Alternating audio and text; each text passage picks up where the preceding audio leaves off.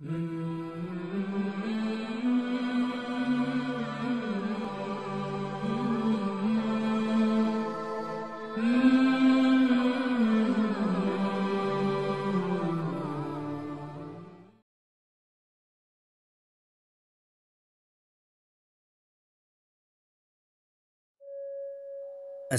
আলাইকুম রহমতুল্লাহি ওয়া বারাকাতুহু। আমি যখন আমার দাওরা হাদিস কমপ্লিট করি এবং পাগড়ি নিয়ে আসি, তো সেই বছর নিজেকে একটি সারপ্রাইজ করার জন্য আমি যেখানে নামাজ পড়াই সেখানে ইমাম সাহেবকে বললাম। তখন তিনি বললেন, সারপ্রাইজ করবো তো বড় জিনিস দিয়ে সারপ্রাইজ করো। বললাম, সেটা কি? বললো, জীবনে যেটা করো নাই সেটা করো। আমি বললাম, সেটা আবার কি? বললো, চলো বিমানে করি, কোথাও যাই। বিমানে তো আমি কখনো উঠিনি, তাহলে এটা করা যায়। কিন্তু বিমান, কোনো ভিসা নেই, কোনো এনআইডি নেই, পাসপোর্ট নেই, আমি তো বিদেশ যাবো না, কিভাবে বিমান উঠবো? তখন বললেন, আরে মিয়া, হোম ডিস্ট্রিক্ট কিচ্ছু লাগে না, শুধু জন্ম নিবন্ধন লাগে, ডোমেস্টিক ফ্লাইট। বললো, ও মাই গড, এত সহজ হয়ে গেছে পৃথিবী, তাহলে চলুন। তো আলহামদুলিল্লাহ, আমার জন্য টিকিট করলো উনি একটি 3000 টাকার আশপাশে নিয়েছে। তো টিকিট করার পর চিন্তা করলাম, ডোমেস্টিক তো 6-7টা ফ্লাইট আছে, জেলা আছে। তখন তিনি বললেন, আমাদের জেলায় চলো, ওনাদের গ্রামের বাড়ি হচ্ছে সিলেট। তখন তিনি বললেন যে তাহলে চলো সিলেট যাই। সিলেট ইন্টারন্যাশনাল এয়ারপোর্টটা অনেক বড় এবং দেখার মতো একটা এয়ারপোর্ট। বাংলাদেশের অন্যান্য যেই এয়ারপোর্টগুলো আছে সেগুলোর থেকে অনেক অনেক গুণ ভালো। তো আমরা টিকিট করার পর একদিন পরে আমাদের ফ্লাইট ছিল, আমরা 3টার দিকে গেলাম দুপুরে, ফ্লাইট ছিল হয়তো 4টায়। টিকিট করার পরে আপনারা যে ভিডিওটি দেখতে পাচ্ছেন, এটা আমার নিজের মোবাইল ছিল না, আমি আরেকজনের মোবাইল দিয়ে ভিডিও করেছি, যতটুকু পেরেছি ধারণ করেছি। তো আমরা টিকিট করার পর যখন ঢুকবো, তখন আমাদেরকে অনেক কিছু করতে হয়েছে, অনেক লাগেজ টাগেজ দিতে হয়েছে, জুতার বাক্সে রাখতে হয়েছে, অনেক চেকিং হয়েছে, অনেক প্যারা আর কি। 10-15 মিনিটের প্যারার পরে আমরা এয়ারপোর্টের ভিতরে ঢুকেছি। তো চেকিংয়ে কি করা হয়েছে? চেকিংয়ে 1 নম্বর যেটা হয়েছে, আমাকে ভিডিও করতে দেয়নি, কারণ ওখানে ভিডিও করা নিষেধ। 2 নম্বরে হচ্ছে পকেট চেক করেছে, পকেটে কি আছে। আমার পকেটে একটা মেরিলের ডিব্বা ছিল, সে ডিব্বা নেয়নি তারা, মোবাইল ছিল। তারপর জুতা দিলাম হচ্ছে বাক্সের মধ্যে, ব্যাগ দিয়েছি, ব্যাগও চেকিং হয়েছে, একদিক দিয়ে ঢুকে আরেক দিক দিয়ে বের হয়েছে।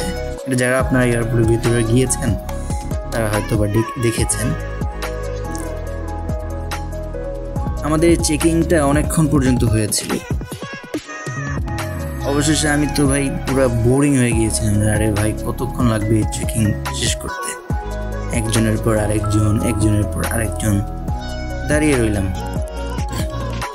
সবচেয়ে বড় কথা হচ্ছে, আমাকে ভিডিও করতে দেয়নি। এই যে দেখেন, এরকম একটি এটা চলমান লিফট আছে না, ওই লিফটের মতো আর কি, সেই লিফটের মতো এটা চলে আরেক দিক দিয়ে বের হয়। আমি এই ভিডিওতে আপনাদেরকে বিমানে ওঠার কিছু অভিজ্ঞতা সম্পর্কে আলোচনা করতে চাই, লম্বা চড়া। যেহেতু আমার অনেক বিদেশিও আমার এক বন্ধু আছে ফেসবুকে, সেই হিসেবে আমি ইংরেজিতেও কিছু বলবো। আচ্ছা, এটা হচ্ছে আমার টিকিট। সেখানে লেখা আছে যে দেখেন, আব্দুল হাফিজ ফ্রম ঢাকা, ফ্লাইট জেলা 12টা জোন লেখা আছে, এখানে বোর্ডিং টাইম লেখা আছে, তারিখ লেখা আছে, তারপর এই যে বোর্ড টাইম 16:30, মানে 4:30 আর কি। আর এটা হচ্ছে যেখান থেকে আমি টিকিট করেছি সেখান থেকে দিয়েছে। এই দুটো হচ্ছে ঢাকা শাহজালাল আন্তর্জাতিক বিমানবন্দর থেকে সিলেট ওসমানী আন্তর্জাতিক বিমানবন্দর। আমাদের সাথে আর কয়েকজন ছিলেন, আমি যে মসজিদে নামাজ পড়াই সেই মসজিদের কমিটিদের মধ্যে 2-1 ছিলেন। তার একটি ছেলেও ছিল, একজন মুরব্বী ছিলেন, তার সাথে অনেক দুষ্টুমি হয়েছে।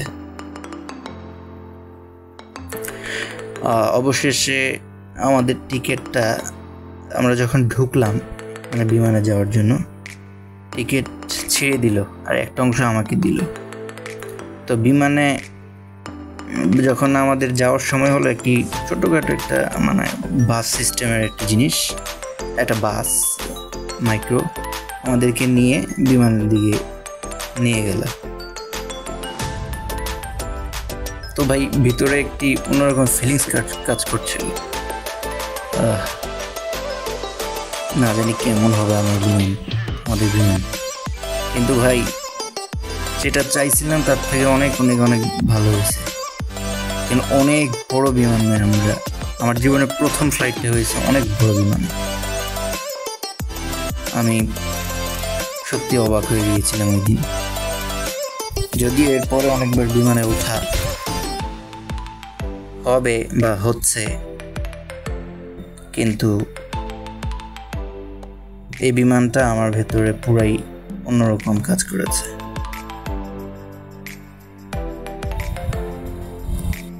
আর ভাই বিমানে ওঠার যে প্রথম অভিজ্ঞতা ভাই, এটা আসলে মারাত্মক একটা বিষয়।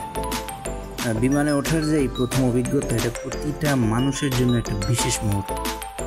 এই অভিজ্ঞতা নিয়ে অনেকেই ভিন্ন ভিন্ন অনুভূতি প্রকাশ করেন। প্রথমবার বিমান যাত্রা একটা উত্তেজনাপূর্ণ ভীতি ও আনন্দের মিশ্রণ। যাত্রার প্রস্তুতি এটা শুরু হয়তো বিমানবন্দরে পৌঁছানো, টিকিট এবং পাসপোর্ট ঠিক করা, ব্যাগেজ জমা দেওয়া, সিকিউরিটি চেকিং, সব কিছুই যেন এক নতুন অভিজ্ঞতার অংশ। কিন্তু সবকিছু বিমানবন্দরের যে ভিড়, বিভিন্ন ভাষায় এটা কথা বলা মানুষ, পেছনে থাকা, কিচ্ছু জানা যায় না। সবকিছুই যেন নতুন একটা দুনিয়ায় প্রবেশের এটা পূর্বাভাস দিচ্ছে। আমি যখন গেলাম ওখানে দেখলাম, আমি যদিও ইন্টারন্যাশনাল টার্মিনাল দিয়ে ঢুকিনি, অনেক দেশের মানুষ দেখলাম। এটা একটা অভিজ্ঞতা, এটা একটা মানে একটা অভিজ্ঞতার বিষয়, একটা জ্ঞানের বিষয়। তো ভাই যখন বিমান থেকে নামলাম, ওরে ভাই বিমান দেখে তো আমরা অবাক। ফটাফট করে কয়েকটা ছবি তুললাম, যতগুলো পারছি ছবি তুলছি। আমার সাথে যেই হুজুরটা ছিলেন তিনিও কয়েকটা ছবি তুললেন, মারাত্মক ছবি তুললেন। অনেক ভালো লাগছে বিমান দেখে। আমি পুরা আমার ভেতরে উত্তেজনা কাজ করেছে। যখন ভাই বিমানটার দিকে উঠতেছিলাম, ভাই বিমানের সিঁড়ি দিয়ে উপরে উঠতেছিলাম, ভাই কিভাবে যে অভিজ্ঞতাটা বলবো, প্রথমবার উঠার অভিজ্ঞতা। বিমানটির দিকে যখন হাঁটার সময় মনে হলো যেন একটা নতুন জগতে প্রবেশ করতে চলছি। বিমানে প্রবেশের পর প্রথমে আসন বেছে নেওয়া, সিট বেল্ট বাঁধার নিয়ম এবং দরজার সুরক্ষা ব্যবস্থা সম্পর্কে অনেক সময় জানানো হয়। সব কিছুই নতুন, তাই মনেও ভীতি কাজ করে। কেন ভাই বিমানটা কত বড়, আমি দিকে ক্যামেরা ঘুরিয়েছিলাম, অনেক বড় বিমান। আপনাদের অনেকেই হয়তো বিমানে উঠেছেন, বড় বিমান, এর থেকেও বড় বিমান উঠেছেন, কিন্তু প্রথম অভিজ্ঞতা ভাই, এটা বলছি। কিছু সময় পরে যখন বিমানের ইঞ্জিনের গর্জন শুরু হয় এবং বিমানটি রানওয়ের উপর দৌড়াতে শুরু করে ভাই, তখন এক অদ্ভুত আনন্দ অনুভব হয় ভাই। আকাশে ওঠার পর যখন পৃথিবীটা নিচে ছোট মনে হয় অনেক, তখন অনুভূতি সত্যি অসাধারণ। কৃত্রিম আলো, মেঘের মধ্যে ডলাডল করা, এমন মনে হয় যেন স্বপ্ন দেখছি। নিচে ছড়িয়ে থাকা শহর, নদী, পাহাড় সব কিছু মিলে একটা নতুন দৃশ্যপট সৃষ্টি হয়। সিলেটে যাওয়ার পথে অনেক নদী নামা দেখা যায়। বিমান যাত্রায় অভিজ্ঞতা শুধু শারীরিক নয়, মানসিকভাবে মারাত্মক প্রভাব ফেলে। অনেক খুশি, সন্তুষ্ট থাকা যায়। আমরা বিমানে ওঠার পরে সিট খুঁজতেছিলাম, ওই হুজুরকে আমি দেখাই দিয়েছি বিমানের সিট। দেখেন মানে এমন একটা ভাব নিয়েছি যে আমি বিমানের আগে কয়েকবার উঠছি, মানুষের সামনে এমন একটা ভাব নিয়েছি। আসলে আমি কিন্তু প্রথম। তারপর পেয়েছি আমরা আমাদের এই যে সিট পেয়েছি, সিটে বসে পড়েছি। বেশিক্ষণ খোঁজা লাগেনি, দরজার অনেকটা কাছে আমাদের সিট পেয়েছি। আমরা আমাদের সিট খুঁজে পেয়েছি পরবর্তীতে। সিট যখন পেলাম বেশি দেরি করিনি, কারণ আমার তো জানালার পাশে বসতে হবে। জানালার পাশে বসে বাইরের দৃশ্যটা ধারণ করতে হবে মোবাইলে। এই জন্য দ্রুত আমার সিটে যেন কেউ না বসতে পারে আমি বসে গেলাম। বিমানে ওঠার এই অভিজ্ঞতাটা অনেকের জন্য এটা একটা নতুন দিগন্তের সূচনা বলতে পারেন। বিশেষ করে যারা নতুন জায়গা বা নতুন সংস্কৃতির সন্ধানে যাচ্ছেন, আমরা তো ঘুরতেই যাচ্ছিলাম, তাদের জন্য এই যাত্রা যেন নতুন সম্ভাবনার দ্বার উন্মোচন করে। শেষে যখন বিমানটি আবার মাটিতে নামে ভাই, একটু পরে দেখাবো, তখন অনুভূতি মিশ্রিত আনন্দ এবং কিছুটা বিষণ্ণতা। যাত্রা শেষ হলো নতুন অভিজ্ঞতা, নতুন স্থান। আচ্ছা, আমরা বিমানে উঠে অনেকগুলো ছবি তুলছিলাম ভাই, ধপাধপ করে একটা ছবি তুলে ফেলছিলাম বিমানে উঠে।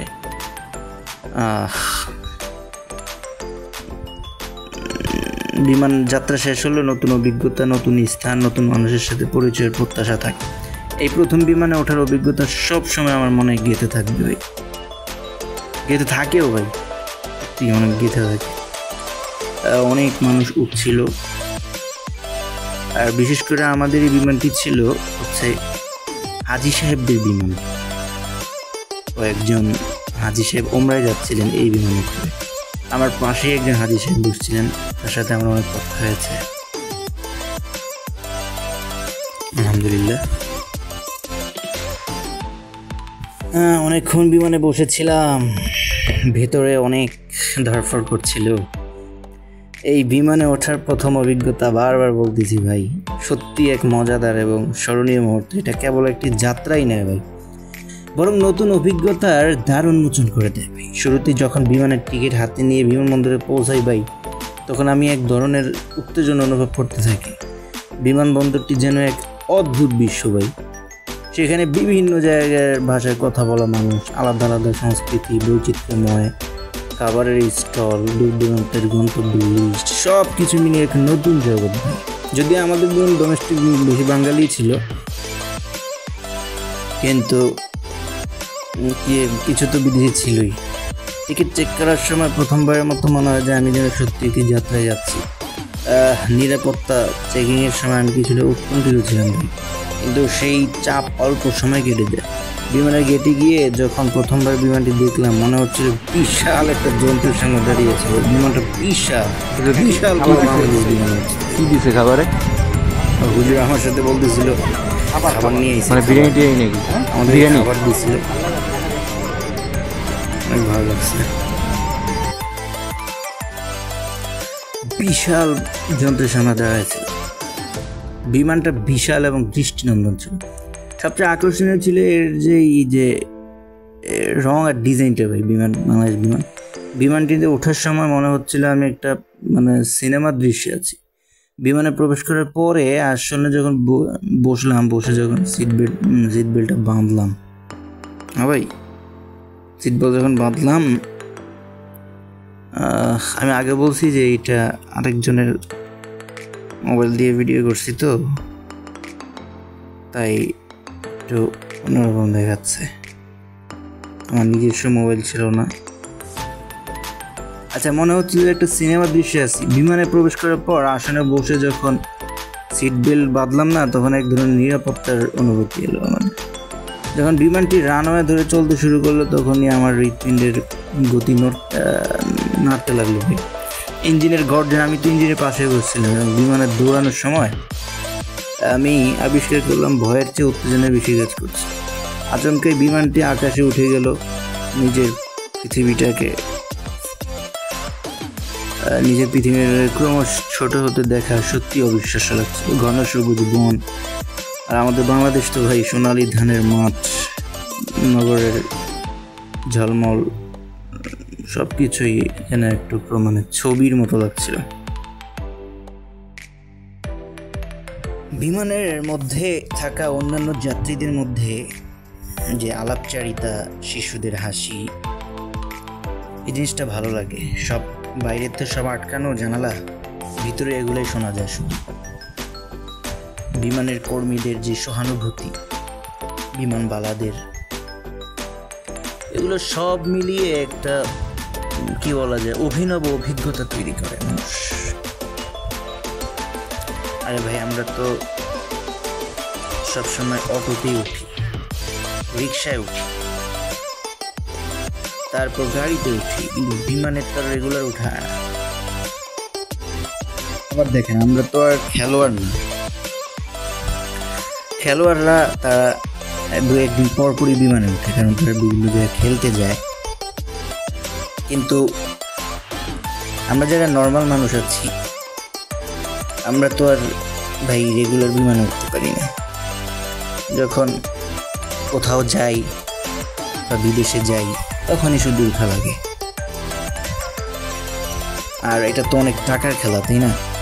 ওই যে দেখেন একটা বিমান দিয়ে, টাকা ছাড়া বিমানে ওঠা যায় না।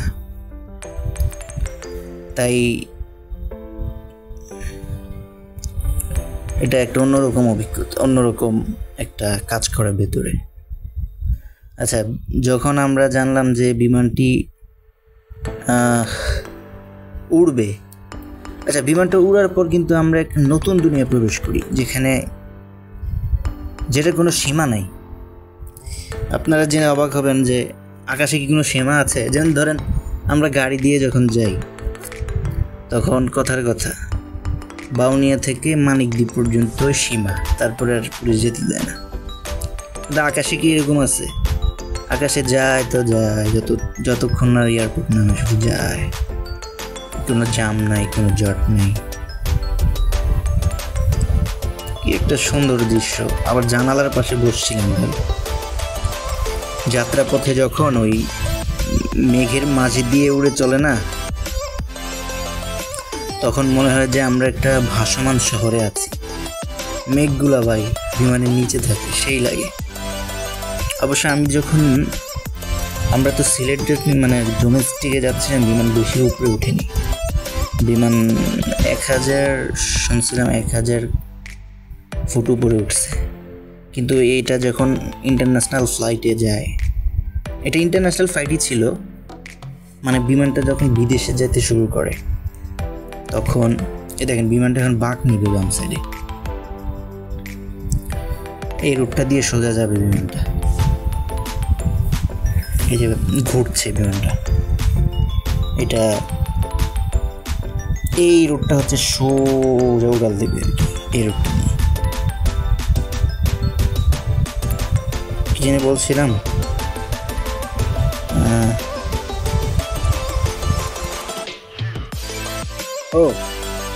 মানে বিমান যখন মানে আকাশে ওঠে, তখন মনে হয় যে এটা একটা ভাসমান শহরে চলছে।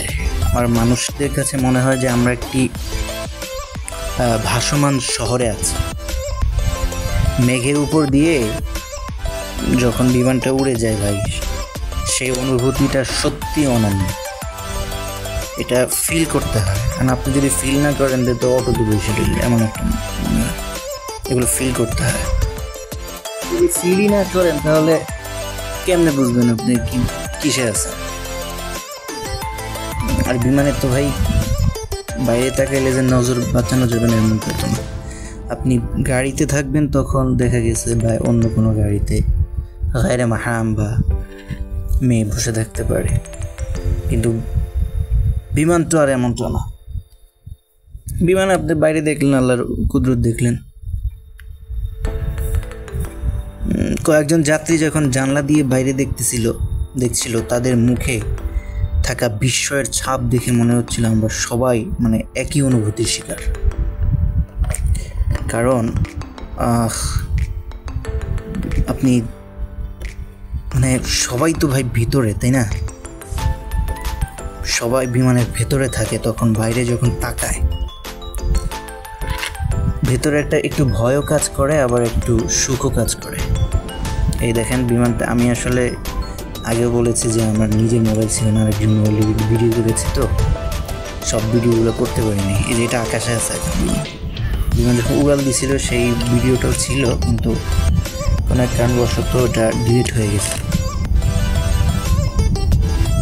এই দেখেন যে বিমানের পাখার নিচে এটাকে কী বলে, বিশাল বড় ভাই। আমি শুধু এটারই ভিডিও করছি ভাই। ওই দেখেন সূর্য ডুবার সেই অপরূপ দৃশ্যটা অনেক সুন্দর। সূর্য ডুবছিল তখন, অফ এটা শুধু ফিলই করা যায় ভাই।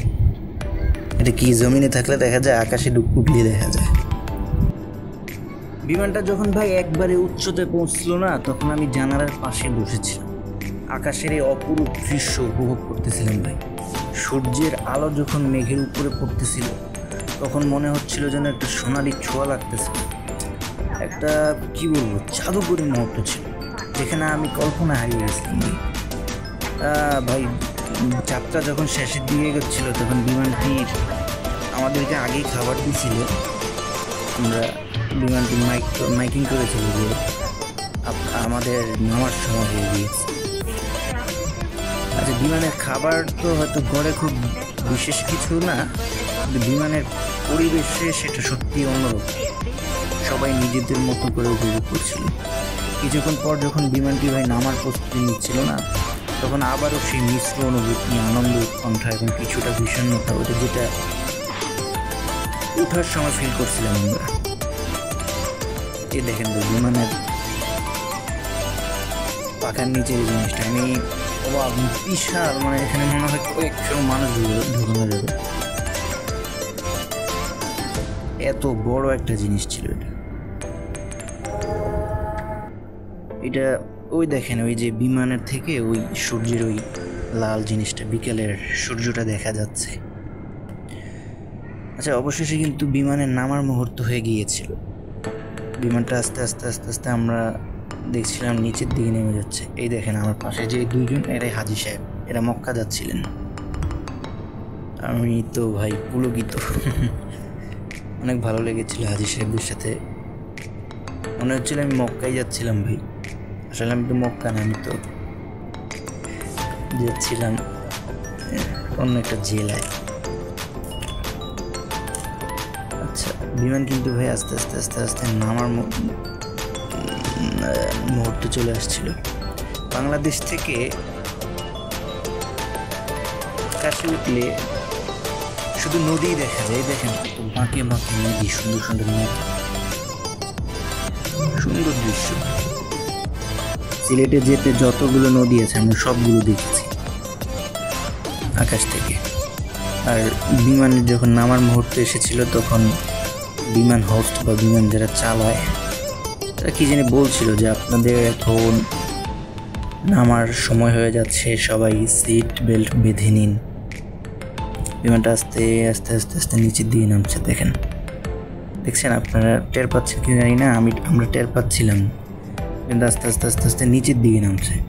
তো এই নিচের দিকে নামা, আমি ছোটোবেলায় ভাবতাম যে মানুষ পড়ে যায় না কেন, বিমান নিচের দিকে নামলে মানুষ পড়ে যায় না কেন। তো এবার দেখলাম যে আসলে বিমান তো এমন হয় না যে পুরা সামনের অংশ নিচে চলে গেছে আর পিছনের অংশ উপরে উঠে গেছে, এমনটা না। সোজা থাকা অবস্থায় বিমান আস্তে আস্তে নামতে থাকে, এই জন্যই মানুষ পড়ে না। এই যে আস্তে আস্তে আস্তে শহরগুলো আমাদেরকে স্পষ্ট হতে লাগলো। ওই ছোটো ছোটো বাড়িঘরে দেখা যাচ্ছিল, কিছু পানি, ধান ক্ষেত, মানুষের বাড়িঘরও দেখছিলাম, আকাশও দেখছিলাম, নিচে এই ঘন সবুজ সব কিছু দেখছিলাম। ফটাফট করে আমি ওই হাজী সাহেবের সাথে দুইটা ছবি তুললাম স্মৃতির পাতায় রেখে দেওয়ার জন্য, কারণ একটু পরেই তাকে ছেড়ে হয়তো বা আমরা নেমে যাব, তাদেরকে ছেড়ে। বরকতময় জায়গা, বরকতময় জিনিস ছিল। আস্তে আস্তে আমরা যখন নামছিলাম ভাই, তখন একটু কষ্ট লাগছিল, কারণ একটু পরে বিমান থেকে নেমে যাব। 15-20 মিনিটের সফর, এটা কোনো ধর ইন্টারন্যাশনাল ফ্লাইট যেগুলো বিদেশে যায় কয়েক ঘন্টা বসে থাকে, যদিও সেটা বিরক্তিকর, কিন্তু মানে অভিজ্ঞতা তো বেশি একটা বড় হয়, কিন্তু এর মাত্র 15-20 মিনিটই উঠলাম। যাই হোক, জীবনের প্রথম সফর 15-20 মিনিটই অনেক কিছু। বিমানে হয়তো বা ভবিষ্যতে ইন্টারন্যাশনাল ফ্লাইটে যখন উঠব তখন আরও অনেকক্ষণ বেশি বসে থাকা লাগতে পারে। আমরা যতই নিচের দিকে আসছিলাম ততই পৃথিবীর জমিনটা আমাদের কাছে স্পষ্ট মনে হচ্ছিল। আমরা অবশেষে বিমানের একদম কাছাকাছি, মানে নামার একদম কাছাকাছি চলে আসছিলাম। ভাই, সবশেষে যখন বিমানটি রানওয়ে স্পর্শ করতেছিল তখন মনে হচ্ছিল এই যাত্রা আমার জীবনের একটা গুরুত্বপূর্ণ অধ্যায় ছিল। নতুন গন্তব্য, নতুন সংস্কৃতি এবং একটা নতুন দেশ, একটা নতুন জেলার সাথে নতুন মানুষের সঙ্গে সাক্ষাতের প্রত্যাশা নিয়ে আমরা বিমান থেকে নামছিলাম। এই বিমান যাত্রার প্রথম অভিজ্ঞতা কখনো ভোলার না ভাই। আসলে এটি আমাকে নতুন দিগন্তের সন্ধান দিয়েছে, যেখানে নতুন আশা ও সম্ভাবনা আসলে অপেক্ষা করছিল।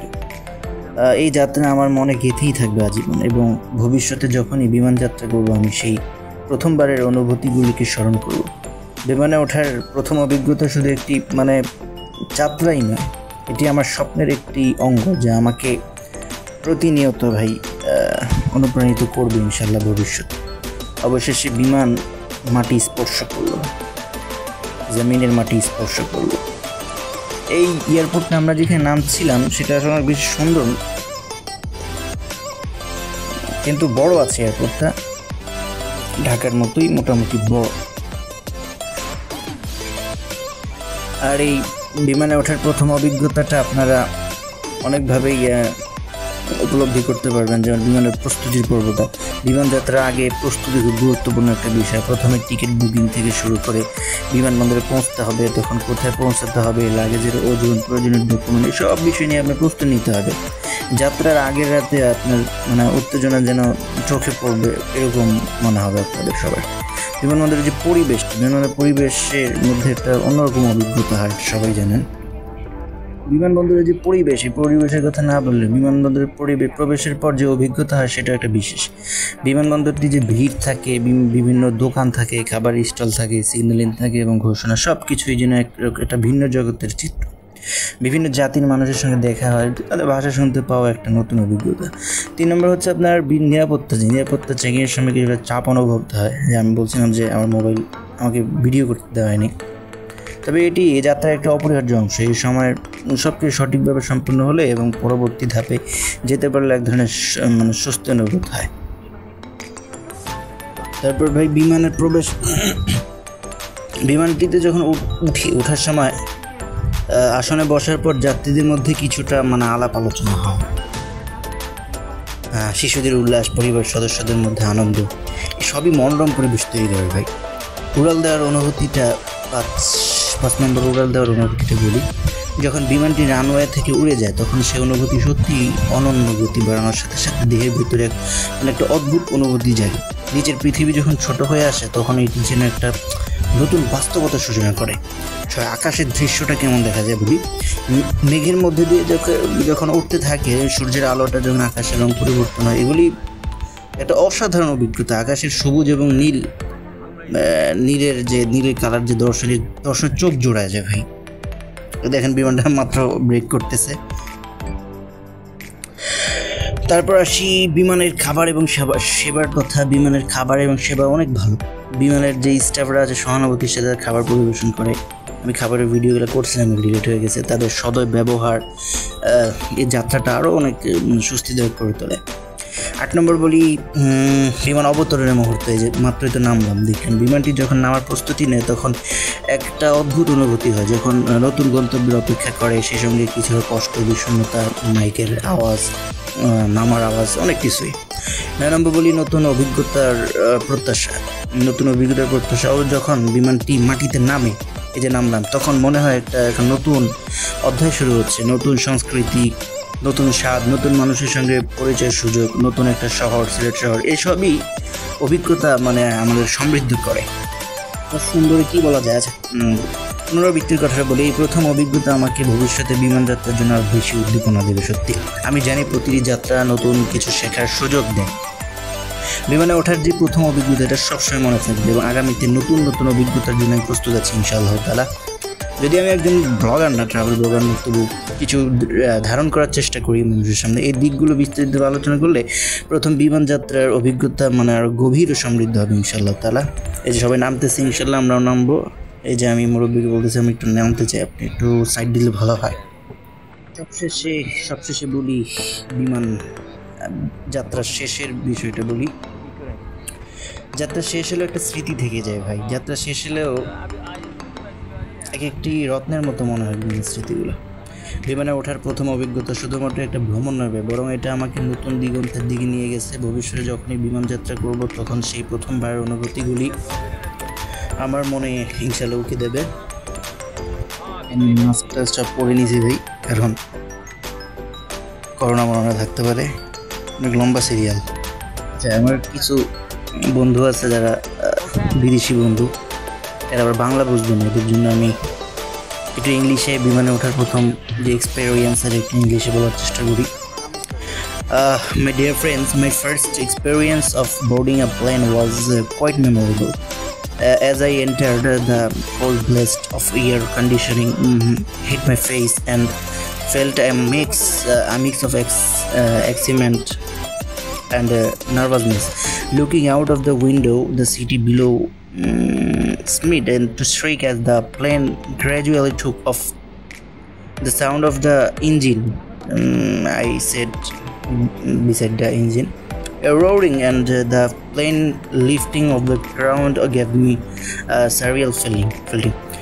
It felt like I was floating among the clouds. The entire journey was a blend of awe and wonder, something I will never forget, inshallah ta'ala. As I entered the cabin, I was greeted by the cool, crisp air from the air conditioning. The flight attendants welcomed everyone with warm smiles, and I took a moment to look around the plane, observing everything: the rows of seats, the overhead bins, and the small windows all added to the novelty of the experience. I found my seat by the window, alhamdulillah, and I was thrilled, knowing I'd get to watch the entire takeoff. When the engineers rode to life my experiment grew. The plane started to move slowly at first, then faster, racing down and runway as we lifted off the ground. I felt a slight pressure in my heart. Then after getting through the security checks, which was quite a new experience for me, I finally arrived at the boarding gate. As they called for my flight, and my heart receded a little. I remember walking through the jet bridge, my suitcase rolling behind me, and thinking, this is it. Stepping into the plane, I was greeted by the cool air inside the cabin. The light silence were all smooth, and the interior of the plane looked both compact and surprisingly spacious at the same time. I quietly found my seat next to the window, alhamdulillah.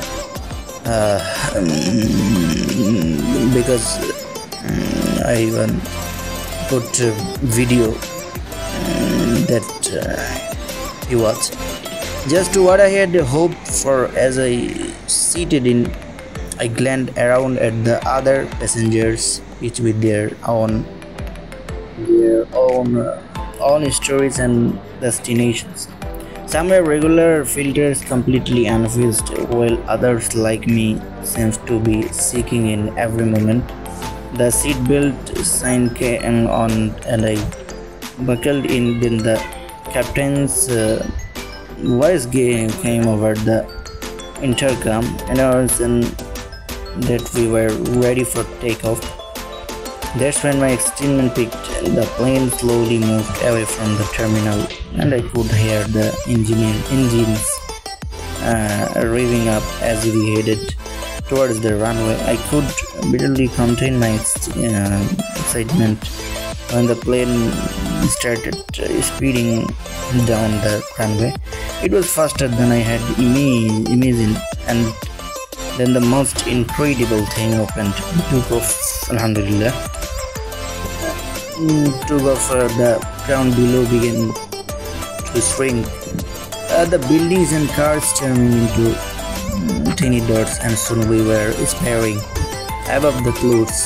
I pressed my face against the window, amazed by the sight. The world looked so peaceful from up there, and the cool clouds seemed like a soft, endless blanket below us.